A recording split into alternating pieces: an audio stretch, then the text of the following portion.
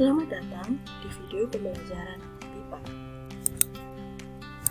Bersama saya, Azza Aulia Ramadhani, dosen pengampu mata kuliah pembelajaran BIPA di Prodi Pendidikan Bahasa dan Sastra Indonesia di IKIP Budi Utomo, Malang.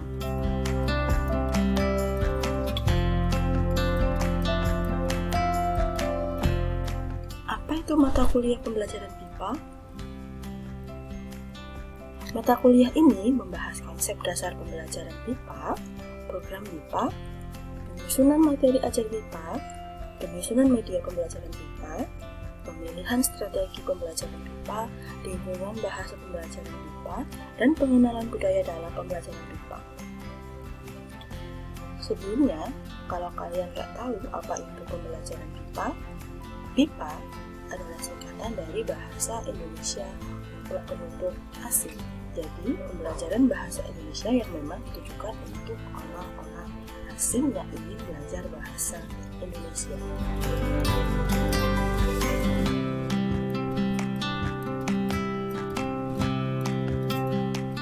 Bagaimana pembagian materi dalam mata kuliah pembelajaran BIPA? Di mata kuliah pembelajaran BIPA ini, materinya akan saya bagi menjadi 16 sesi. Dimulai dari hakikat BIPA, kemudian gambaran dasar pembelajaran BIPA, karakteristik belajar BIPA, menyusun program pembelajaran BIPA, strategi pengembangan materi pembelajaran BIPA, acuan dasar bahan ajar literasi komunikatif, strategi pengembangan media pembelajaran BIPA. Kemudian, pada pertemuan ke-8, Anda akan menjalani UTS. Setelah UTS, akan dilanjutkan ke sesi 9, yaitu pemilihan strategi pembelajaran BIPA, pemilihan teknik pembelajaran BIPA, teknik evaluasi pembelajaran BIPA, tuntutan profesionalisme pengajar BIPA, lingkungan bahasa dalam pembelajaran BIPA, pengenalan budaya dalam pembelajaran BIPA. Kemudian, yang terakhir, pada sesi ke-15, Anda akan mendapatkan materi pemetaan latar belakang budaya dan kompetensi awal pelajar BIPA. Kemudian, pada sesi ke-16, Anda akan mengikuti UAS.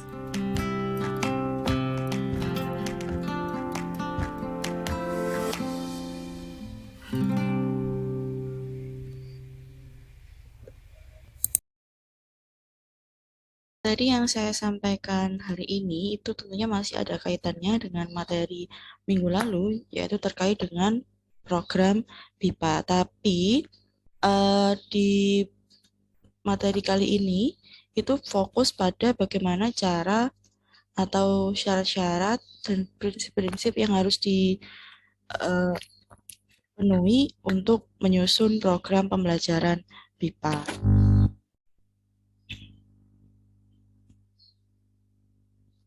Sudah muncul belum di layar kalian? Sudah, Ibu. Sudah, Bu. Baik, sebentar ya. Ada yang masih ingat apa itu program pembelajaran BIPA?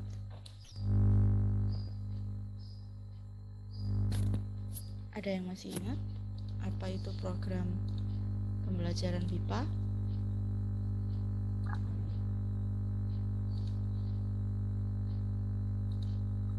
Program yang saya, Ibu. Ya, silakan. Mbak Veronica, kenapa kameranya mati ya? Sebentar, Ibu. Silakan disampaikan. Iya. Program pembelajaran BIPA merupakan program yang direncanakan secara sistematis dan tersusun dengan fase jangka waktu panjang dan juga jangka pendek. Baik, bagus. Jadi, seperti yang dijelaskan oleh Mbak Veronica, bahwa program pembelajaran BIPA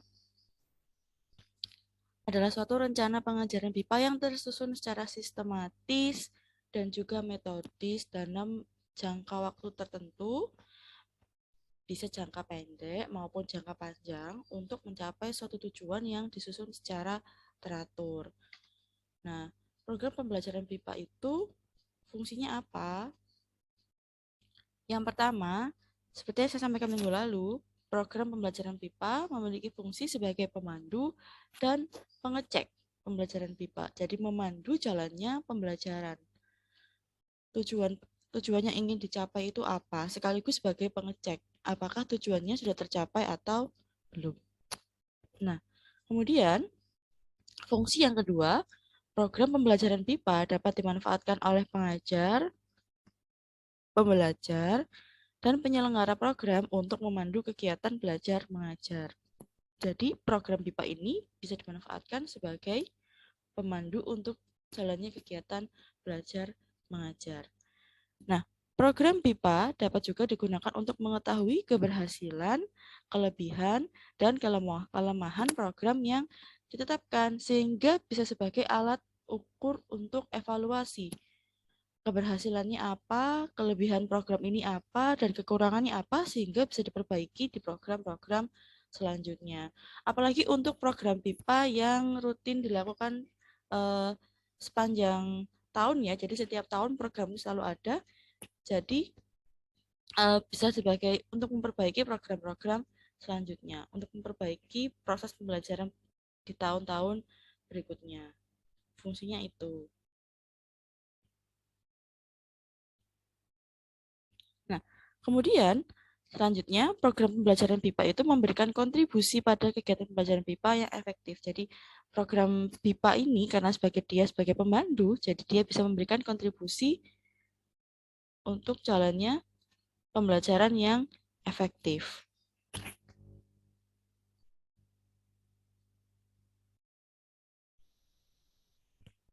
Ini yang sudah kita bahas minggu lalu ya, asumsi-asumsi yang melandasi penyusunan program BIPA. Sudah kita bahas minggu lalu, sehingga tidak perlu saya jelaskan lebih panjang lagi, karena Anda sudah belajar minggu lalu dan juga sudah membuat peta konsepnya, sehingga kita hanya mengulang sekilas saja. Ada 5 asumsi dasar yang melandasi penyusunan program BIPA, yaitu diarahkan untuk membantu pembelajaran individu, memiliki fase jangka panjang maupun jangka pendek, kemudian disusun secara sistematis sehingga bisa mempengaruhi perkembangan pelajar, terutama pada perkembangan pemerolehan bahasa. Pemerolehan bahasa kedua ya dalam hal ini, kemudian diarahkan dengan menggunakan pendekatan sistematis dan juga didasarkan pada pengetahuan tentang bagaimana seseorang belajar bahasa.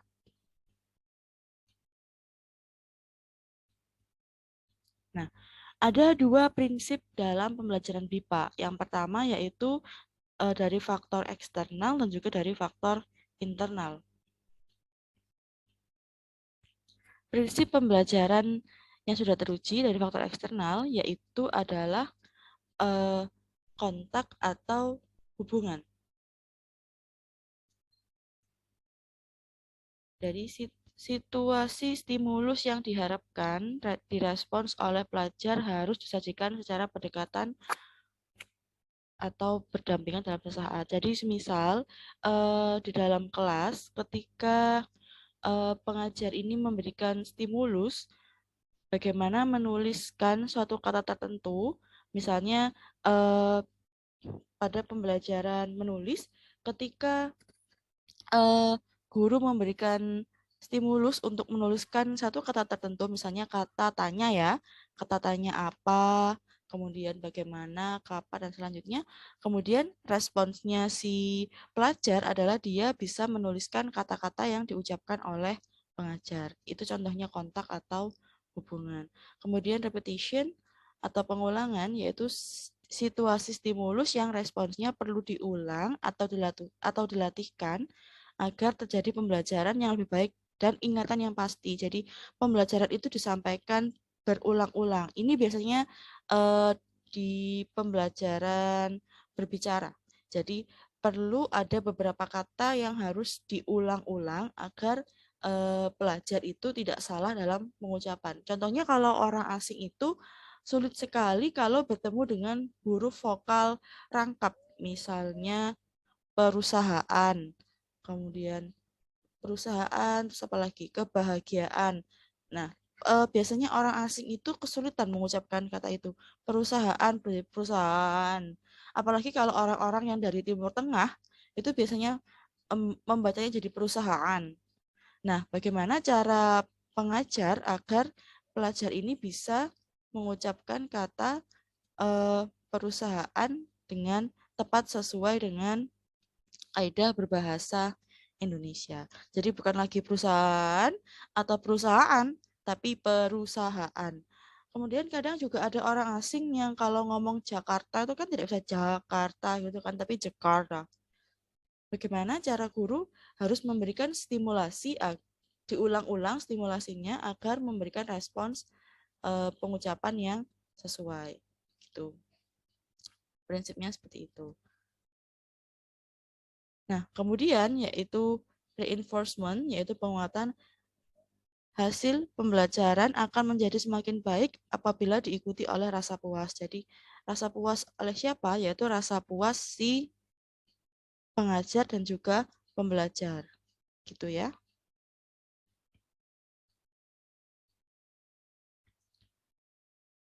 Puas bagaimana maksudnya? Jadi, apa yang diajarkan oleh pengajar itu bisa tersampaikan sehingga tujuannya bisa tercapai, sehingga antara pelajar dan pengajar itu memiliki rasa puas.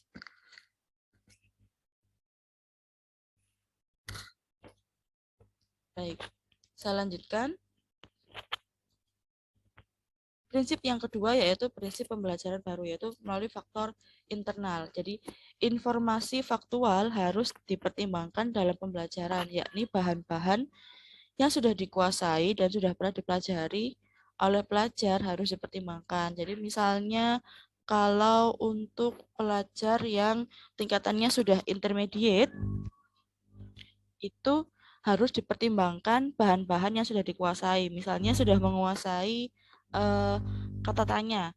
Perlu nggak ini pembelajaran materi kata tanya ini perlu nggak diberikan lagi di tingkat ini? Karena di tingkat pemula sudah diberikan. Ketika masuk sudah tingkat menengah, apakah perlu diberikan? Itu perlu dipertimbangkan. Nah, ini pertimbangannya dilakukan pada saat menyusun program. Kalau misalnya, perlu penguatan materi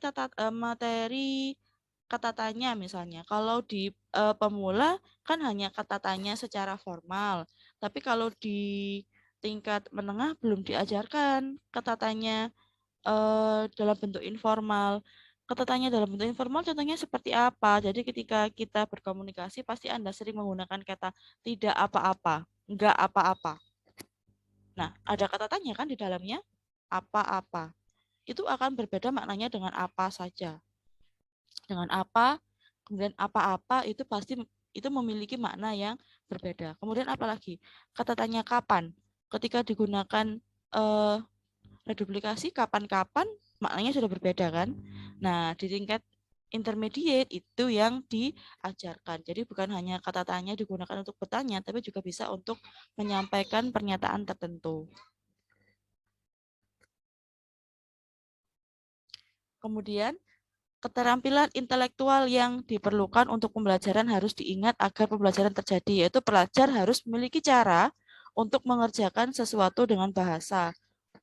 Maksudnya itu ketika dia melakukan sesuatu, dia harus bisa menyampaikan apa yang ingin dia lakukan.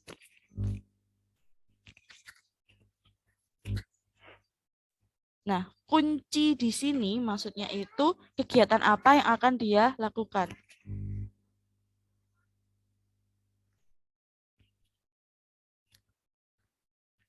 Oke, selanjutnya yang ketiga yaitu peristiwa pembelajaran perlu pembangkitan strategi pembelajaran dan pengingatan. Ini biasanya digunakan untuk tingkatan yang sudah menengah atau yang mahir. Jadi perlu ada pembangkitan strategi atau remembering. Jadi mengingat kembali materi yang sudah diberikan. Itu adalah prinsip-prinsip dalam menyusun program BIPA.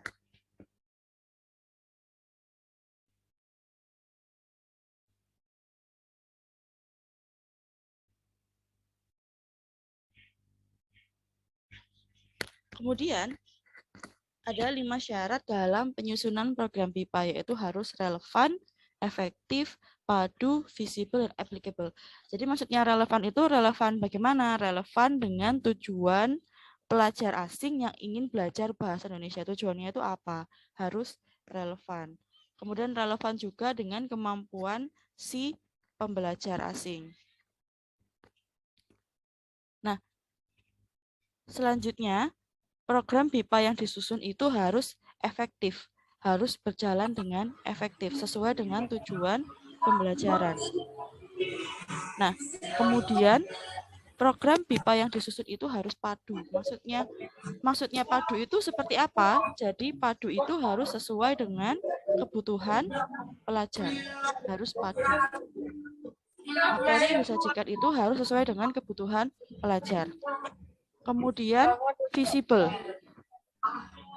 Visible itu maksudnya bisa terlihat dan bisa dilakukan. Nyata, pembelajarannya bisa dilakukan secara nyata. Kemudian applicable itu bisa diaplikasikan. Bisa diaplikasikan. Jadi bukan hanya program yang semata-mata hanya disusun, tapi juga bisa diaplikasikan. Itu adalah syarat-syaratnya.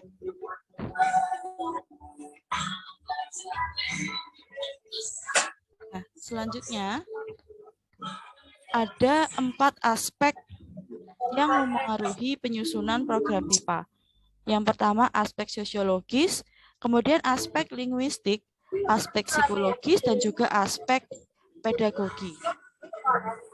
Yang pertama, aspek sosiologis itu siapa mahasiswa yang mengikuti program. Jadi mahasiswa yang mengikuti program ini siapa saja, berasal dari mana, kemudian mereka itu kebanyakan bidangnya bidang apa, kemudian apa tujuan dan kebutuhannya. Jadi tujuan dia belajar bahasa Indonesia itu apa. Jadi misalnya untuk kebutuhan karena dia ingin berkuliah di Indonesia misalnya, itu pasti berbeda materinya dengan orang yang akan bekerja di Indonesia atau orang yang akan melakukan penelitian di Indonesia. Kemudian aspek sosiologis lainnya yaitu bagaimana hasil yang ingin dicapai. Jadi hasilnya apa?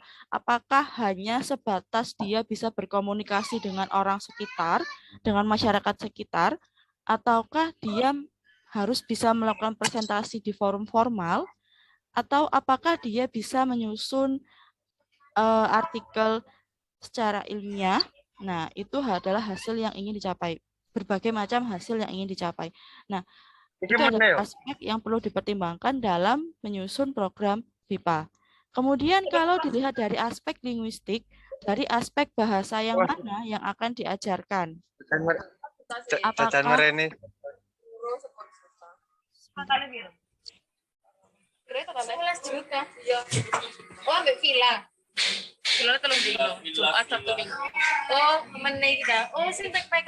Mas Mukodam ya ini masih nyala?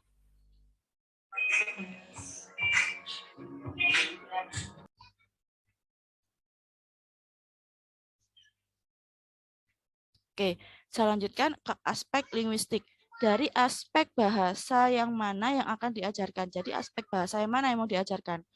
Secara pragmatis, ataukah memang yang diajarkan itu aspek linguistik yang secara bahasa Indonesia yang dengan ragam ilmiah, atau hanya bahasa Indonesia komunikatif?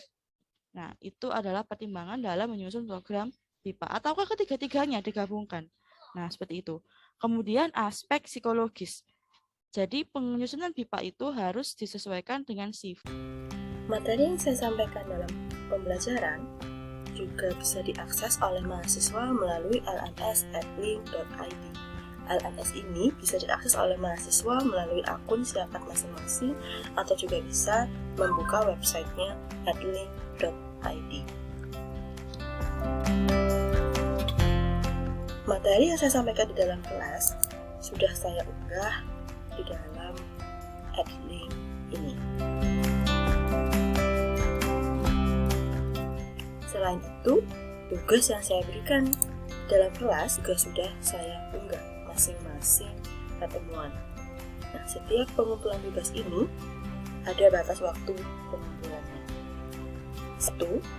Pengayaan juga dilakukan melalui kuis. pengerjaan juga ada estimasi waktu.